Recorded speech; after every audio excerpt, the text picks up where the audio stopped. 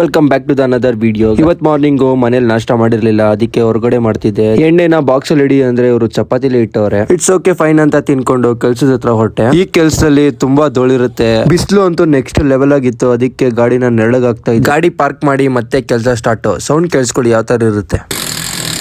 ಕೆಲಸ ಆಲ್ಮೋಸ್ಟ್ ಮುಗಿತಾ ಬಂತು. ಮಧ್ಯದಲ್ಲಿ ಹೋಗಿ ಊಟ ಮಾಡ್ಕೊಬರೋಣ ಅಂತ ಊಟಕ್ಕೆ ಹೊರಟ್ವಿ. ಊಟ ಅಂತೂ ನೆಕ್ಸ್ಟ್ ಲೆವೆಲ್ ಆಗಿತ್ತು. ಮೊನ್ನೆ ತಿಂದಿದ್ಕಿಂತ ಸಕ್ಕತ್ತಾಗಿತ್ತು. ಊಟ ಮಾಡ್ಕೊಂಡು ಬಂದ್ವಿ, ಕೆಲಸನೂ ಮುಗ್ದಿತ್ತು. ಅಷ್ಟರಲ್ಲಿ ಪ್ಯಾಕ್ ಮಾಡ್ಕೊಂಡು ನೆಕ್ಸ್ಟ್ ಲೊಕೇಶನ್ ಹೊರಟ್ವಿ.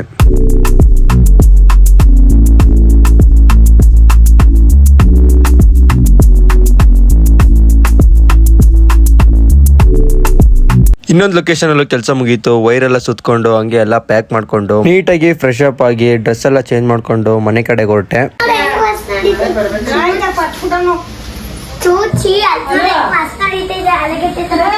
ಬೆಕ್ಕು ಅಲ್ಲೂ ಆಲೂಗಡ್ಡೆ ತರ ವಾಸನೆ ಹೊಡಿತಿತ್ತಂತೆ. ಕ್ರೇಜಿ ಮಾತ್ರ ಇವನಂತೂ. ಇವತ್ತಿಗಿಷ್ಟೇ, ಸಿಗುವ ನಾಳೆ. Bye bye.